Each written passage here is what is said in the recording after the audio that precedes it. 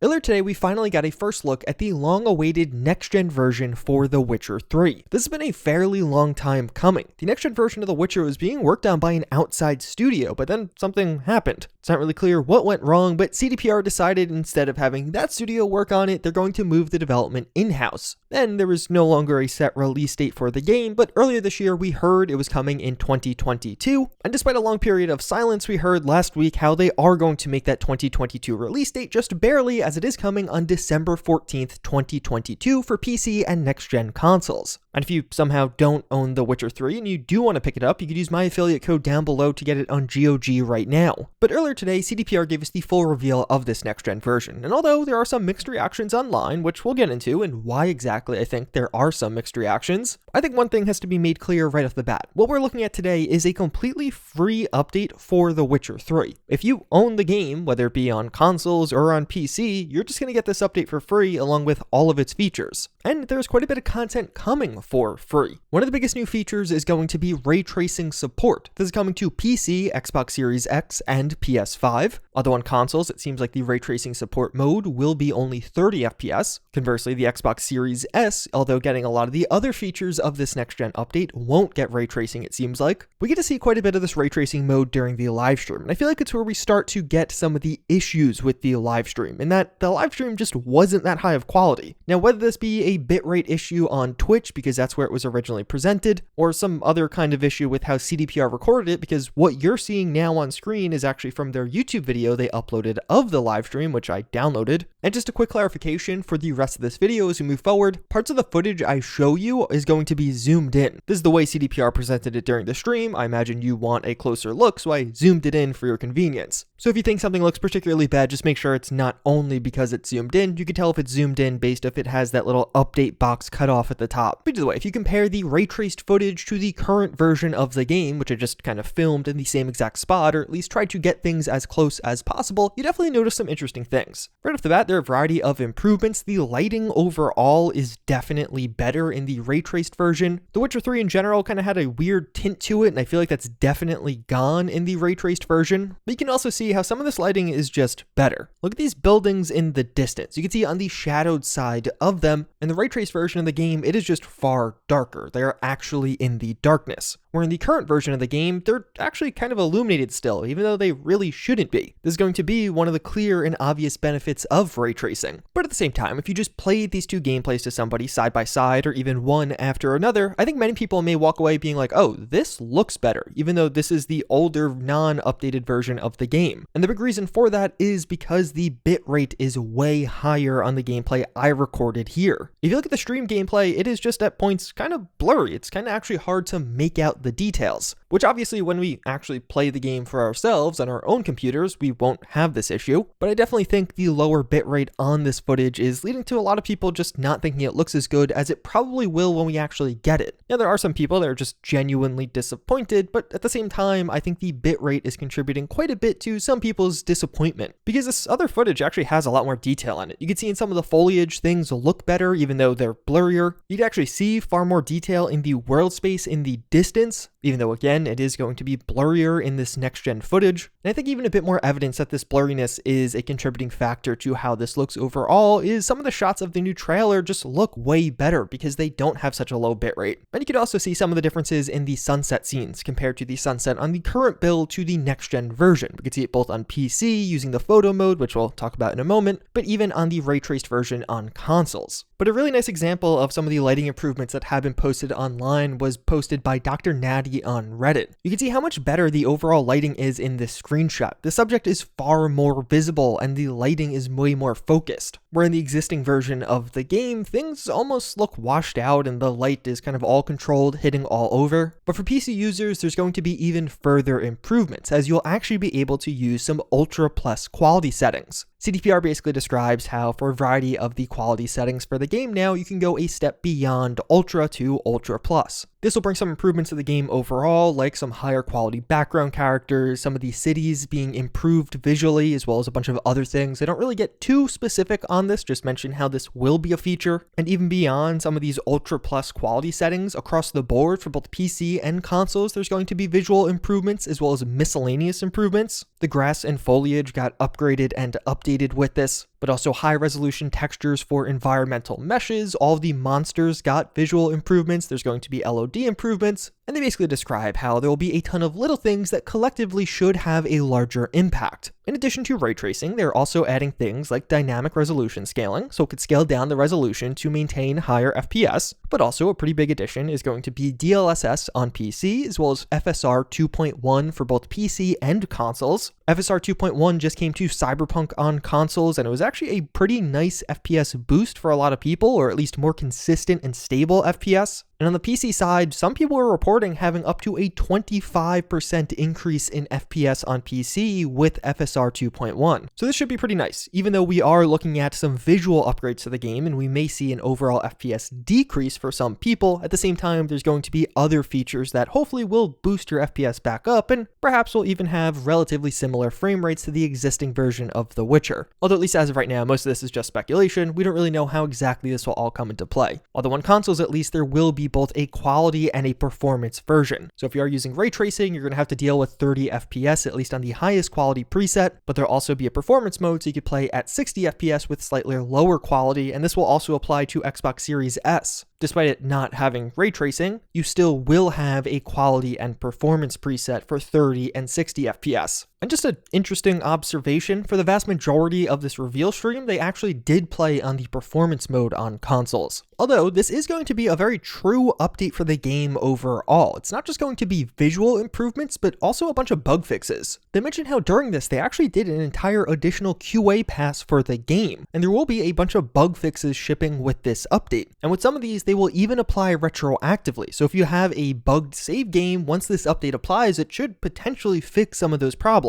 It won't only be for people starting new games, although this does seem like a great reason to start a new game. There's going to be a variety of new armors added into the game, some just being new and some are going to be based off armors that appeared in the Netflix TV series. There's going to be this entire tie-in quest with the Netflix TV series, so we'll actually have some new content around that. That's going to be how you get some of this new content. And they even mentioned how they brought back some voice actors to record new voice lines for this, which is pretty cool, a nice extra touch. These new armors have definitely been a pretty hot topic as far as conversation goes. Some of these will apply to other NPCs, and people are not really a fan of this particular one, that being the armor, not necessarily the NPC, but also the game's getting a bunch of really nice quality of life and just general features. Photo mode is coming to The Witcher 3. This will have a bunch of different options to go along with it, and CDPR even further mentions how they'll likely do some photo mode contests in the future for The Witcher 3, just like they do for Cyberpunk. There's going to be new camera positions for your own character. So if you want to have the camera a bit more zoomed in on your character, that will be an option. And they implemented this in a pretty cool way where there's now going to be some settings so you can choose when the camera will adjust if you want it to. So maybe you like having things more zoomed in when you're on a horse. You could turn that on, but then have it turned off for exploration and combat. Or if you don't want any camera changes, you could just leave everything to default. A lot of these new changes are actually completely optional, which is a really nice touch. They added the ability to quick cast signs, so no longer will you have to open the full sign menu to switch between signs and cast them, but now instead by hitting 2 keys in succession, you can cast any of the signs. So you can see here, as you hit 1 key, you'll have a bunch of additional options on screen to cast any of these signs, and you hit that 2nd key to actually cast it, which is definitely a lot nicer. And I feel like this could serve to make some of the combat moments in The Witcher actually a lot more fluid and dynamic. Having to open up this menu constantly was kind of a big pause on what was going on, but this is another feature that is completely optional. You don't have to use this if you don't want to. There's a new map filter added for some of the things that are related to exploration. They basically describe how a bunch of the things in the game you're really just meant to stumble upon as you're playing and not necessarily seek them out. And if you're sick and tired of the question mark spam on your map, this filter would be perfect for you. But you could also now play in a more custom mode where the minimap is hidden. This will also be an optional feature, and you have the ability to make the minimap reappear by pressing the focus key for a few seconds. And it seems like there's some customization around this, so you can control when the minimap will appear or not, depending on if you're in combat or some other situations. But in general, it seems like if you want to get a bit more immersed in this world, you could have the minimap show up less often, but also a bunch of features requested by the community. You can now pause the game during cutscenes. There are more walk modes on the controller, so if you only slightly move the joystick forward, you'll be walking, where if you click it in, you will actually sprint now. Basically how it works in the vast majority of games. Unfortunately, The Witcher 3 is a bit behind on that front, but now it is addressed in the next-gen update. Subtitles are now scalable, so you can make them larger and more visible. There are going to be some PS5 exclusive features with haptic feedback on the triggers, so during combat, you'll be able to actually feel when some of your melee melee hits hit, as well as when your signs land. There's going to be cross progression now, so just like in Cyberpunk, you can actually save your game on PC and resume playing on a console, or even vice versa. And overall, the devs described how they want this to be that familiar Witcher 3 experience with just some visual improvements, and I really think that's what it is. There's some nice quality of life stuff sprinkled on top, and in general, it's not going to be a massive upgrade to the visuals, but a nice improvement. And I think, honestly, that this improvement will become more obvious as we actually get to experience this for ourselves, or even see some comparisons done by YouTubers like me in the future, so subscribe if you want to see that. As I mentioned a bit earlier, the community reaction here has been a bit mixed. It's definitely more on the positive side, but you can see a lot of people that were perhaps having the wrong expectations, and then some other people that I think were just in general disappointed. It seems like some people were expecting more of a remaster or a remake, but to be clear, that's not what this is. It's just a next-gen update. And really, as far as next-gen updates go, I feel like this is one of the more feature-rich ones out there. Fallout 4 is getting a next-gen update, and I don't think it's going to have half as many features as this one for The Witcher 3, but also I think this whole stream situation is definitely not helping things. I think CDPR dropped the ball there a little bit, but again, hopefully that'll be rectified in just a couple of weeks as we can actually play this for ourselves. But also, it's not like you really have to make any decisions here. Even if it isn't that much of an upgrade, it's still a free update. And I don't think anyone's saying the game looks worse with this free update, and at the very least, you're getting a bunch of quality of life features. So with that in mind, hopefully you guys found this video informative. When this actually does drop, I definitely will have a comparison video, hopefully looking at some of the features, but also the update overall. With that said though, I hope you guys enjoyed this one. Hopefully you found it informative, but with that, I hope to see you all next time. Later.